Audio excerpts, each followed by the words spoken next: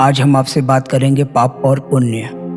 आप सब ने सुना है कि माँ गंगा के स्नान मात्र से जीवन के सारे पाप धुल जाते हैं, हमारे जीवन के सारे दोष मिट जाते हैं। मैं इसे सही भी बोलूँगा और गलत भी।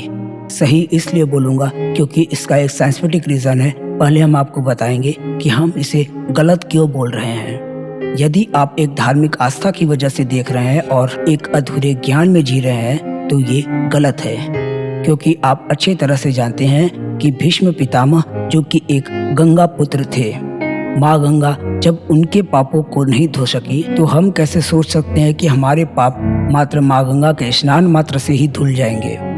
आखिर भीष्म पितामह को उनके अपने कर्मों का फल भोगना ही पड़ा।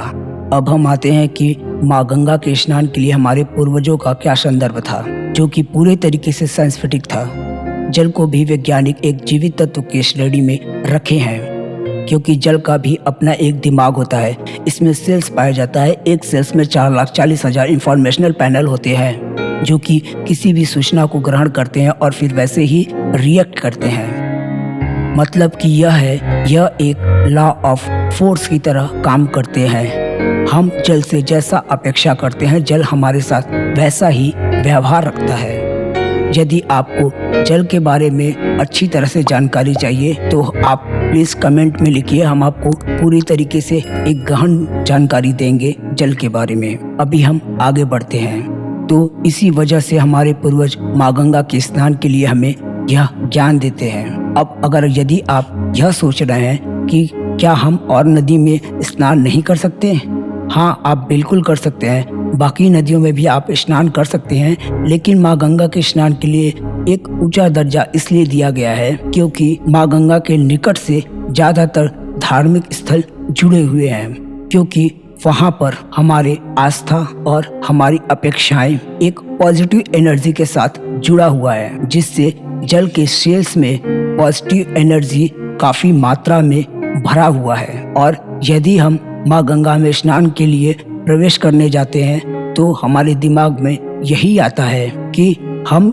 नहाने पर पूरे तरीके से शुद्ध हो जाएंगे, पवित्र हो जाएंगे, और हमारे अंदर का जो पॉजिटिव एनर्जी है प्लस हमारे माँ गंगा के अंदर के सेल्स की पॉजिटिव एनर्जी दोनों आपस में मिलकर हमें अंदर से पूरे तरीके से पवित्र, शुद्ध और एक पॉजिटिव एनर्जी को भर देता है। आप माँ गंगा में जब स्नान करेंगे उस वक्त आपके दिमाग में पूरे ख्याल नहीं आते, क्योंकि आप पूरी तरीके से पॉजिटिव एनर्जी में घिरे हुए रहते हैं और उस क्षण के लिए आप पाप से मुक्त रहते हैं। यदि आपके विचार में फिर भी नकारात्मक विचार आया तो इसका भी कर्म का फल आपको जरूर मिलेगा। आप हमारे पूर्वजों से सुने होंगे कि राम राम जपो, कृष्ण कृष्ण जपो, राधे राधे जपो, हमारे जीवन के पाप मिट जाएंगे, कट जाएंगे, धुल जाएंगे।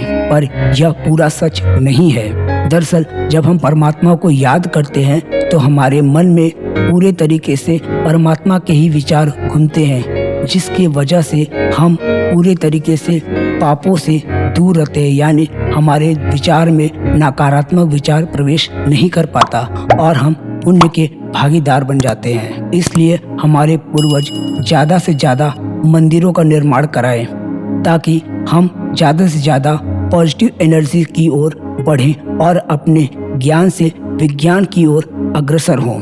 यदि सनातन को सही तरीके से समझा जाए, गहन अध्ययन किया जाए, ना कि सिर्फ पढ़ा जाए और कुछ भी मन गढ़ंत कहानी अपने विचार में लाया जाए, अगर सही तरीके से समझा जाए और गहन अध्ययन किया जाए तो यह सनातन धर्म, सनातन ज्ञान आपको एक नए विचारधारा की ओर जरूर अग्रसर करेगा। जय हिंद, जय भारत।